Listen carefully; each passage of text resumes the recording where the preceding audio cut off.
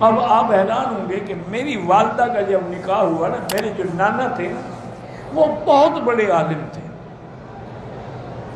لیکن تھے بریلوی۔ حضرت خلیفہ شیخ الجامعہ جو تھے نا جی، جو جامعہ عباسیہ کے پہلے شیخ الجامعہ تھے، وہ ان کو ملنے کے لیے آتے تھے، یعنی وہ اتنا بڑے عالم تھے۔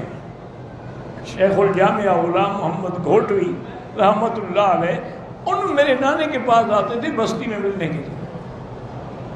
والد صاحب کو وہ تقریروں میں کافر کہتے تھے۔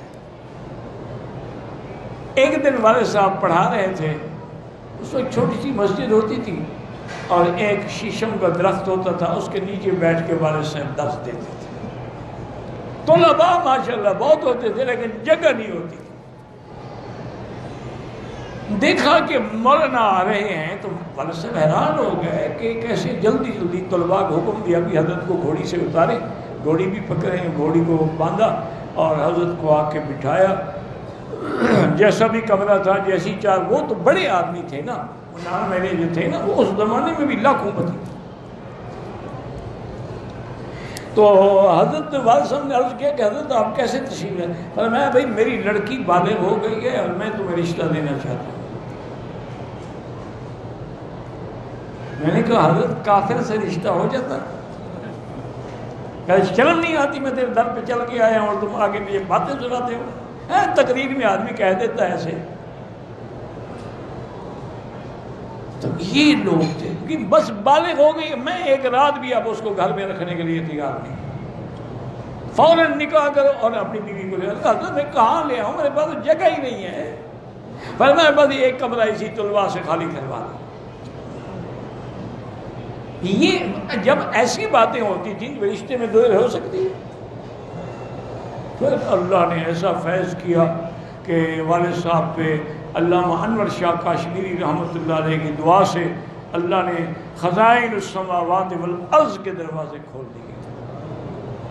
والد صاحب فرماتے تھے کہ دولت دروازے توڑ کے نہیں آئی، میرے پاس تو پھاٹک توڑ کے آ رہی ہے۔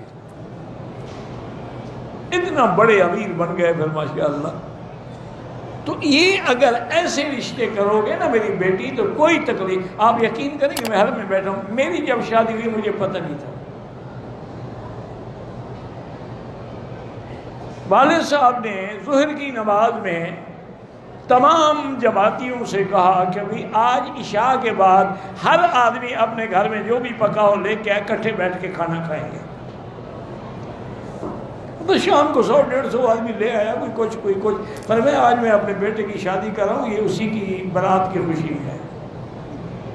وہی بیٹھے بیٹھے نکاح کر دیا، نہ مجھے پتا ہے نہ میری بیوی کو پتا ہے، کیونکہ وہ ان کے بھائی کی بیٹی تھی، ولی تھے شرعاً، ان کا باپ تو فوت ہو چکا تھا اور میں تو ویسے ہی موجود تھا۔ بس نکاح ہو گیا، بات ختم ہو گئی۔ ساری برادری نے، انہوں نے کہا اللہ نے ایک بیٹا دیا تھا، وہ بھی میں سنت کے خلاف شادی کرتا۔ کیا کہہ رہے ہیں؟ ساری برادری ناراض ہو جائے، میں اللہ کے رسول کو ناراض نہیں کر سکتا۔ بس سنت ہے، نکاح ہو گیا، جیسے حضور کے ہوا بی بی زینب کے بارے میں، اور میں بھی گھر سے کھانا لے آؤں وہی کھلا دیا، فرمایا بابا یہی ولیمہ، تو میں نے آج جو سنت پہ عمل کر لیا ہے اور مجھے کیا چاہیے۔ تو اگر یہ فیصلہ کر لو نا جی، انشاءاللہ کوئی لڑکی کوئی لڑکا جو ہے نا بغیر نکاح کے نہیں رہے گا۔ اور اس دور میں یہ ضروری ہے کہ جب لڑکی لڑکا بالغ ہو شادی کر لو تاکہ وہ گناہوں سے بچ جائے، کیونکہ اب پورے دنیا کے اندر شیطان ناچ رہا ہے اور موبائل کے ذریعے اسے تمہارے ہاتھ میں شیطان پکڑا دیا ہے۔